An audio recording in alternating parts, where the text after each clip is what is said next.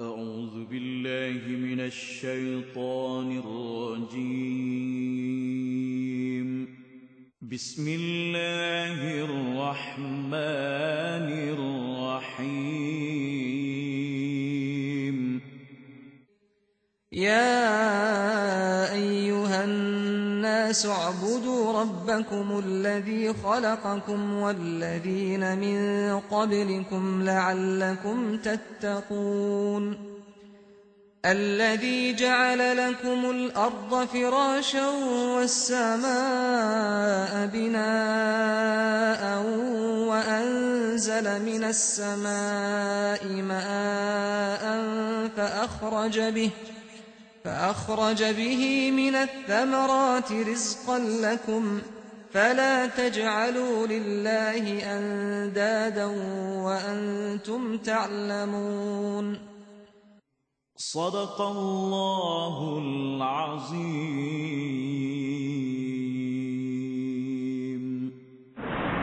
Ya ayyuhan nasu u'budu rabbakumul ladzi khalaqakum. Wahai sekalian manusia, beribadatlah kepada Tuhan kamu yang telah menciptakan kamu. Walladzina min qablikum, dan orang-orang yang terdahulu daripada kamu, la'allakum tattaqun, supaya kamu menjadi orang-orang yang bertakwa. Ayat sebelum ini kita telah ikuti 3 kumpulan manusia: musyrikin, mukminin, musyrikin dan munafikin, masing-masing dengan watak dan tabiat yang berbeza. Kemudian ayat ini pula menyeru semuanya, semua kumpulan itu. Ya ayyuhan nas, wahai manusia, termasuklah orang musyrikin, munafikin dan orang mukmin juga, supaya memperkukuhkan lagi iman mereka. Mereka disuruh supaya beribadat kepada Allah, kepada Tuhan kamu yang menciptakan kamu dan orang-orang sebelum kamu, supaya kamu bertakwa. Biasanya kita dahulu apabila kita membaca ya ayyuhan nas, ditujukan kepada orang-orang musyrikin Makkah, dan sekaligus kita kata ayat itu turun di Makkah. Ayat-ayat yang turun di Madinah, iaitulah ayat yang menunjukkan bicaranya kepada orang mukmin, iaitu ya ayyuhallazina amanu. Jadi ya ayyuhallazina amanu, tanda surah itu turun di Madinah. Ya ayyuhan nasu, tanda ayat itu turunnya di Makkah, kita katakan dahulu. Tapi surah ini turun di Madinah. Suratul Baqarah ini turun di Madinah, sedangkan ayat ini juga memulakan dengan seruan wahai manusia, yang menjadi tanda kepada surah itu turun di Makkah. Ini kerana 2 sebab. Pertamanya ingin dimasukkan ke dalamnya orang musyrikin juga. Sebabnya kaum musyrikin ini pun mungkin ada di Madinah, walaupun tidak ramai. Yang ramainya orang-orang Yahudi, munafikin dan musyrikin, barangkali sebahagian daripadanya ada. Maka oleh kerana kemunasabahan itulah ayat dimulakan dengan ya ayyuhan nas. Tapi tidaklah semestinya ya ayyuhan nas ini turunnya di Makkah, hanya kebanyakannya turun di Makkah, kita katakan dahulunya begitu. Yang kedua, seruan dibuat dengan ya ayyuhan nas, kemudian perintah supaya mereka beribadat kepada Allah yang menciptakan mereka, untuk menyatakan bahawa kelayakan minimum seseorang itu ialah manusia. Kelayakan untuk beribadat kepada Allah, maka manusia itu sudah cukup sebenarnya untuk mereka beribadat kepada Allah dan mengetahui siapa yang menciptakan mereka. Manusia, artinya bila disebut manusia, lawannya bukan manusia. Bukan manusia artinya hayawan, artinya batu, kayu. Ini saja yang tidak boleh beribadat. Bukan tidak boleh beribadat, mereka juga beribadat, tapi dengan cara mereka. Untuk beribadat dengan yang paling kurang, yang paling rendah sekali, kita katanya sekurang-kurangnya kelayakan dia sebagai manusia sudah cukup dah. Sudah cukup. Tidak semestinya manusia dia seorang yang ahli akademik, dia seorang ahli sains, dia seorang misalnya barulah dia disuruh supaya beribadat. Tidak. Dia seorang buta huruf, dia sebagai seorang yang tidak terpelajar, dia sebagai seorang badui pun sudah cukup untuk mengetahui bahawa siapa yang patut dia beribadat kepadanya, dia beribadat sepatutnya kepada orang yang menciptakannya. Ya ayyuhan nasu ubudu rabbakum, wahai manusia yang terdiri daripada semua golongan, semua bangsa, semua peringkat, laki-laki dan perempuan, sembahlah Tuhan kamu, beribadatlah kepada Tuhan kamu. Beribadat dalam bahasa Arab, ibadat artinya tunduk, patuh dan menghina diri, dan ini tidak boleh dilakukan sama sekali kepada selain daripada Allah. Tunduk, patuh dan menghina diri khusus untuk Allah jua. Yang lain-lain tidak boleh tunduk, tak boleh patuh dan tak boleh menghina diri kepada mereka. Dalam bahasa Arab, u'budu ini makna dia beribadat, menghina diri itulah. Tapi diguna dalam bahasa Arab tariq mu'abbadah. Mu'abbadah ni maknanya ibadat lah. Kataan abadah juga. Tariqun, jalan mu'abbadah. Mu'abbadah yang diguna, yang dipijak oleh manusia, oleh binatang, duduknya di bawah tapak kaki. Tariq, jalan yang dilalui manusia itu namanya mu'abbadah, yang selalu dipijak dan dihinakan. Manusia bila disuruh beribadat, artinya jadikanlah dirinya itu sebagai makhluk yang hina. Kepada siapa? Yakni kepada Allah Subhanahu wa taala. Hinakan diri kepada Allah, kepada manusia, kepada lain-lain daripada Allah tidak mungkin sama sekali. Beribadatlah kepada Tuhan kamu. Bila disebut Tuhan kamu, artinya wujud padanya rasa kekitaan. Tuhan kamu, bukan Tuhan awak. Tuhan kamu saja. Tuhan kamu, maknanya semua kamu adalah hamba kepada Allah Subhanahu wa taala. Di sini wujud padanya satu perasaan kecintaan. Sebab kepunyaan bukan kepunyaan orang lain, kepunyaan kamu.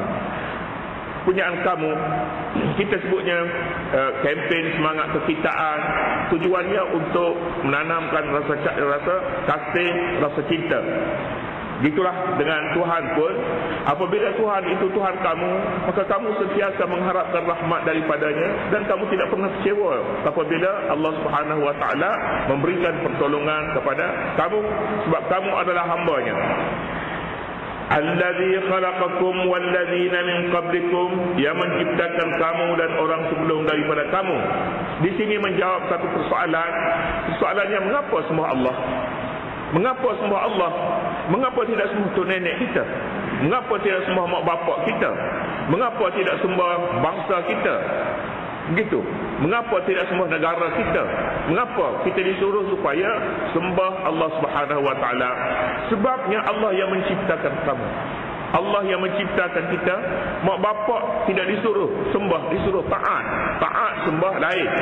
Disuruh patuh kepada ibu bapa, tetapi ibadat kepada Allah Subhanahu wa taala, kerana tidak ada selain daripada Allah yang menciptakan kita. Jadi oleh kerana itu, allazi khalaqakum, seolah-olahnya sebab mengapa beribadat kepada Allah, kerana Allah yang mencipta. Selain daripada Allah tidak mungkin sama sekali, dan mereka tidak mempunyai keupayaan untuk menciptakan manusia ini. Wallazina min qablikum, dan orang yang sebelum daripada kamu. Bukan saja kamu, tetapi juga sejak daripada Adam AS sampai kepada hari ini, seolah-olahnya kita dibawa kepada satu titik yang boleh diterima oleh semua manusia. Manusia dahulu dan manusia akan datang, semuanya dicipta oleh Allah Subhanahu wa taala. Mengapa beribadat? Mengapa beribadat? Mengapa tidak hanya mengaku saja tetapi tidak beribadat? Beribadat tujuannya la'allakum tattaqun, supaya kamu masuk dalam barisan orang yang bertakwa. Takwa inilah satu penawar yang boleh memelihara manusia hidup mereka di dunia dan di akhirat. Sebab dia ada penawar namanya takwa. Orang yang bertakwa namanya muttaqi. Allazi ja'ala lakumul arda firasha was samaa'a binaa'a, dialah Allah yang menjadikan bumi untuk kamu sebagai hamparan, dan langit serta isinya sebagai bangunan yang dibina dengan kukuhnya. Wa anzala minas samaa'i maa'a, dan diturunkannya air hujan dari langit. Wa akhraja bihi minas samarati rizqan lakum, lalu dikeluarkannya dengan air itu berjenis-jenis buah-buahan yang menjadi rezeki bagi kamu. Fala taj'alu lillahi andada, maka janganlah sekali-kali kamu mengadakan bagi Allah sebarang sekutu. Wa antum ta'lamun, padahal kamu mengetahui. Soalan yang kedua pula, mengapa tidak beribadat kita kepada makanan? Bukankah dengan makanan kita hidup? Bukankah dengan buah-buahan maka kita jadi segar, kita cukup segala keperluan badan? Jadi kalau begitu, sembah buah-buahan, sembah nasi, sembah roti. Kalau kita makan pada setiap hari, dengannya kita mendapat bekalan, tenaga, dengannya kita sihat, kita dapat meneruskan hidup. Jawabnya, itu pun dicipta oleh Allah juga. Makanan kita, buah-buahan yang kita makan, semuanya dicipta oleh Allah. Tak selesai kita dengan menyembah makanan, dengan menyembah buah-buahan, tak selesai. Kerana itu pun hamba kepada Allah, maka sembahlah Allah Subhanahu Wa Taala. Tidak ada yang lain yang patut kita sembah. Mengapa pula tidak sembah udara? Sebabnya dengan udara ni kita dapat menafas, dapat menyawa dengan oksigen yang dibekal oleh yang ada. Misalnya, itu pun dicipta oleh Allah Subhanahu Wa Taala juga. Jadi kalau begitu, tidak benar sembah manusia, walaupun mak bapak kita yang patutnya kita hargai pendidikan mereka, tapi sembah mereka tidak wajar kerana mereka dicipta oleh Allah. Mengapa tidak sembah orang yang sebelum daripada kamu? Samalah juga dengan mak bapak kita. Mengapa tidak sembah makanan, persekitaran, udara, buah-buahan? Mengapa? Itu pun dicipta oleh Allah Subhanahu Wa Taala juga. Ini yang disebutkan dalam ayat ini. Allazi ja'ala lakumul arda, Allah yang menjadikan bagi kamu bumi firasha, sebagai hamparan. Sebagai hamparan kita duduk di bumi, tidak bimbang.